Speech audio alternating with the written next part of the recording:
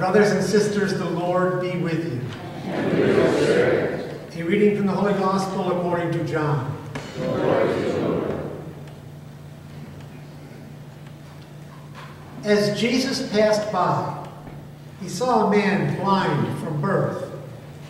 His disciples asked him, "Rabbi, who sinned, this man or his parents, that he was born blind?" Jesus answered, "Neither he nor his parents sinned. It is so that the works of God might be made visible through him. We have to do the works of the one who sent me while it is day. Night is coming when no one can work. While I am in the world, I am the light of the world." When he had said this, he spat on the ground and made clay with his saliva, and smeared the clay on his eyes, and said to him, "Go wash in the pool of Siloam," which means sent. And so he went and washed, and came back able to see. His neighbors and those who had seen him earlier as a beggar said, "Isn't this the one who used to sit and beg?" And some said, "It is."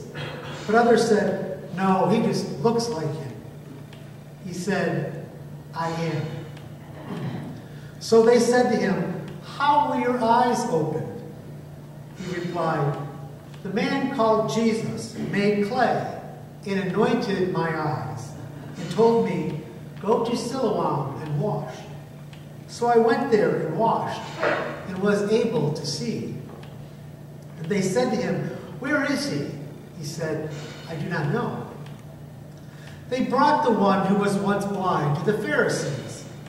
Now Jesus had made clay and opened his eyes on the Sabbath.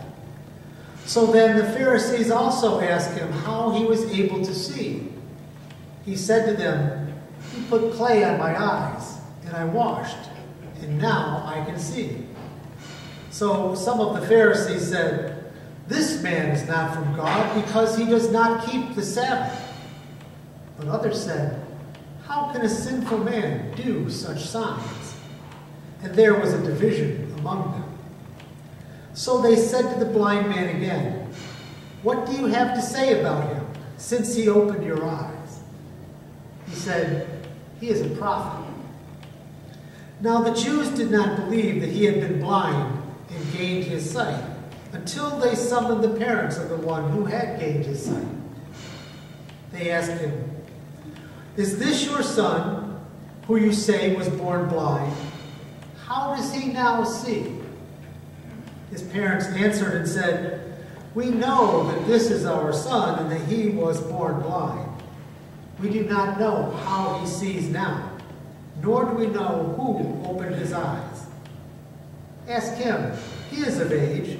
He can speak for himself." His parents said this because they were afraid of the Jews. For the Jews had already agreed that if anyone acknowledged him as the Christ, he would be expelled from the temple. For this reason his parents said, "He is of age. Question him." So a second time they called the man who had been blind and said to him, "Give God the praise. We know that this man is a sinner." He replied, "If he is a sinner, I do not know. One thing I do know is that I was blind, and now I see." So they said to him, "What did he do to you? How did he open your eyes?" He answered them, "I told you already, and you did not listen. Why do you want to hear it again? Do you want to become his disciples too?" They ridiculed him and said, "You are that man's disciple. We are disciples of Moses. We know that God spoke to Moses, but we do not know where this one is from." The man answered and said to them, "That is what is so amazing, that you do not know where he is from, yet he opened my eyes. We know that God does not listen to sinners, but if one is devout and does his will, he listens to him. It is unheard of that anyone ever opened the eyes of a person born blind.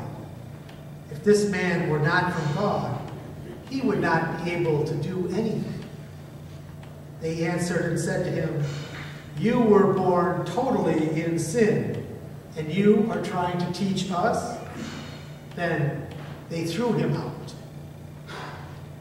When Jesus heard that they had thrown him out, he found him and said, "Do you believe in the Son of Man?" He answered and said, "Who is he, sir, that I may believe in him?" Jesus said to him, "You have seen him, and the one speaking with you is he." He said, "I do believe, Lord," and he worshipped him.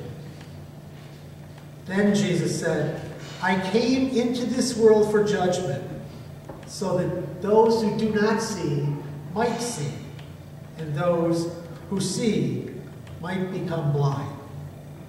Some of the Pharisees who were with him heard this and said to him, "Surely we are not also blind, are we?"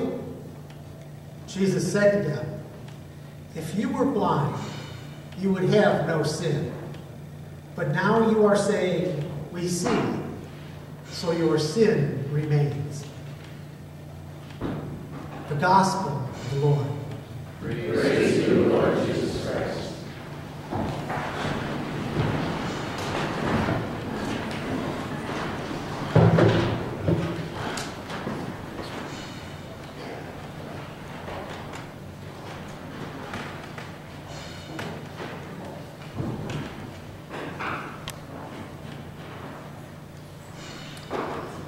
A while ago, I read a fascinating article about an amazing American man named Eric Weinmayer.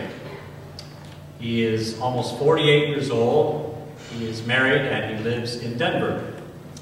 And for almost the past 30 years, Eric has been making a big name for himself in many amazing ways, including being an acrobatic skydiver, a long-distance biker, a marathon runner, an avid skier, and most famously, a mountain climber.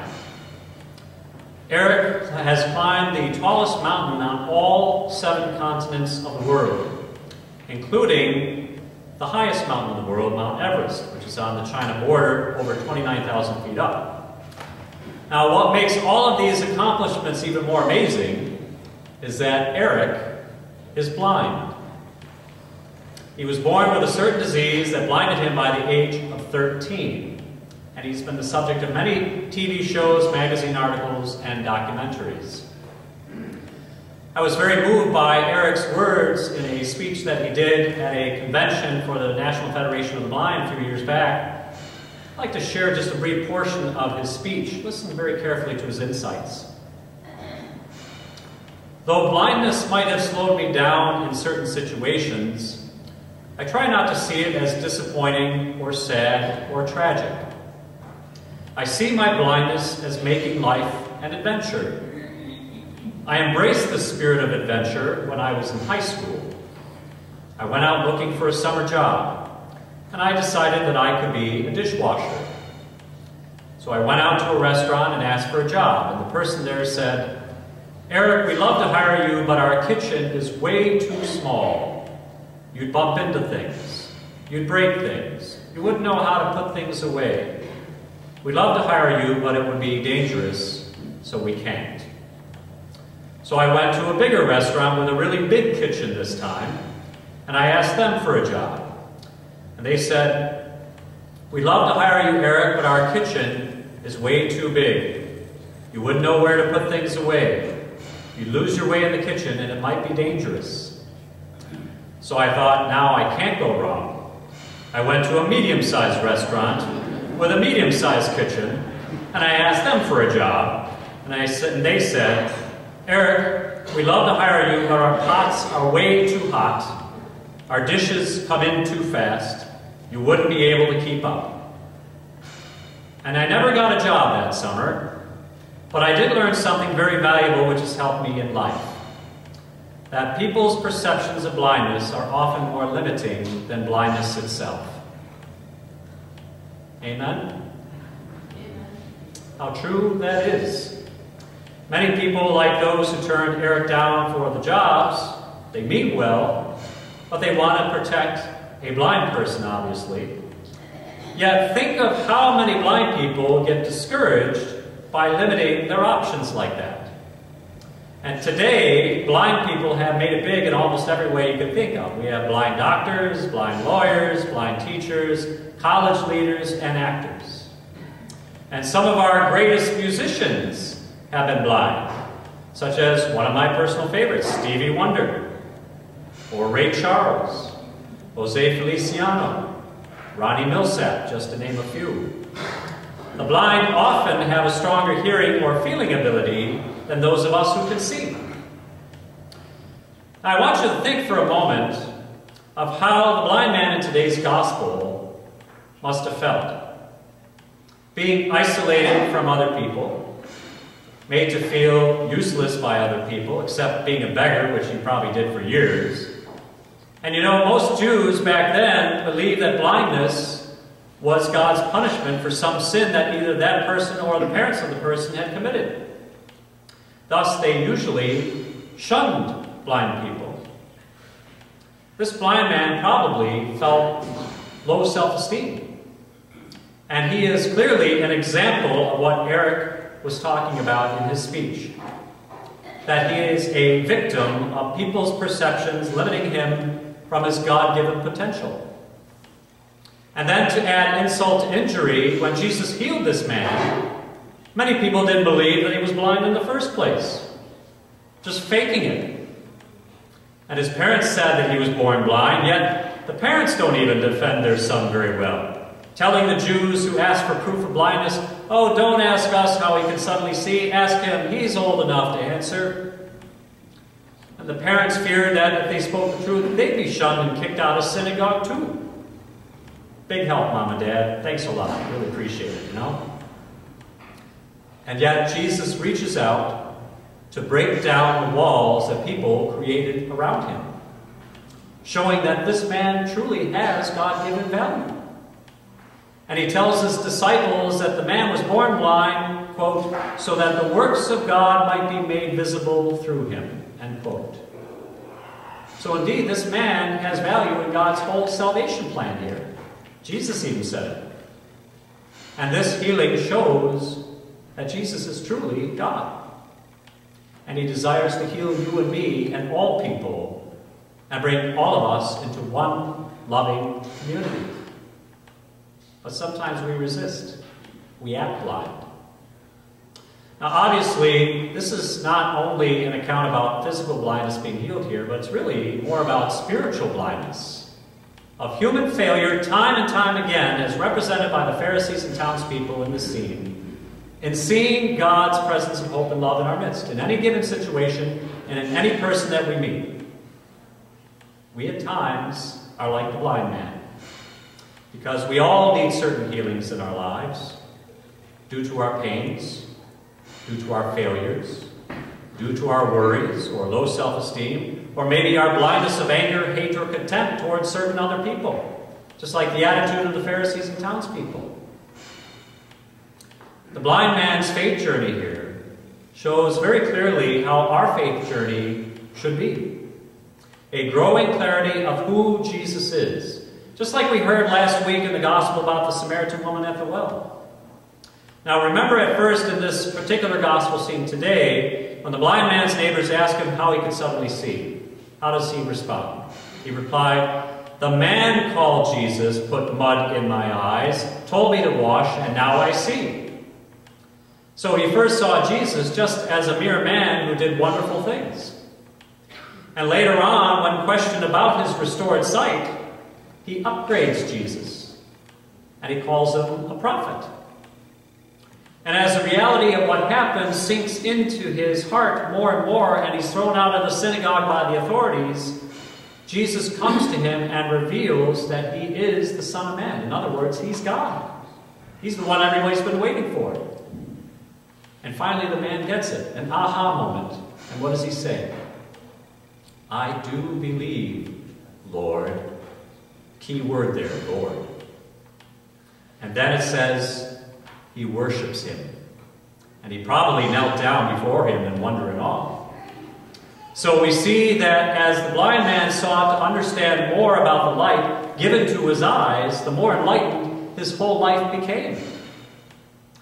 And you know, Lent is our time to be more enlightened too. To see not only more clearly who Jesus is for us, but to see Jesus more clearly in other people. It's a time for us to grow in faith and love. I'd like to conclude today with a beautiful prayer that I think captures how our spiritual journey should be as an Easter people. It's in the Catholic Youth Bible, and this was probably a prayer written by a teenager, and it goes like this. Lord, can you fix my eyesight like you did for the blind man? I want to see with your eyes those who are teased for being different in school, or work, or at home, or elsewhere. I want to see with your eyes the homeless person on a park bench. I want to see with your eyes people of other races and cultures. I want to see more than people who think that being thinner or stronger makes you more lovable. I want to see more than people who look at wealth and think that's what life is all about. Help me to see with your eyes, Lord. Blind me to the way the world sees, so that I won't give in to judging people on their looks, or skin color, or possessions, or personality. Help me to see and to love as you love, Lord, with eyes so wide open that they see past the outside and right into the heart of another. It's with that kind of loving, hopeful spirit that shows us, just like Eric Weidemeyer described in his accomplishments, that a blind person can climb to the top of the world. May Jesus lift us up to new heights as well.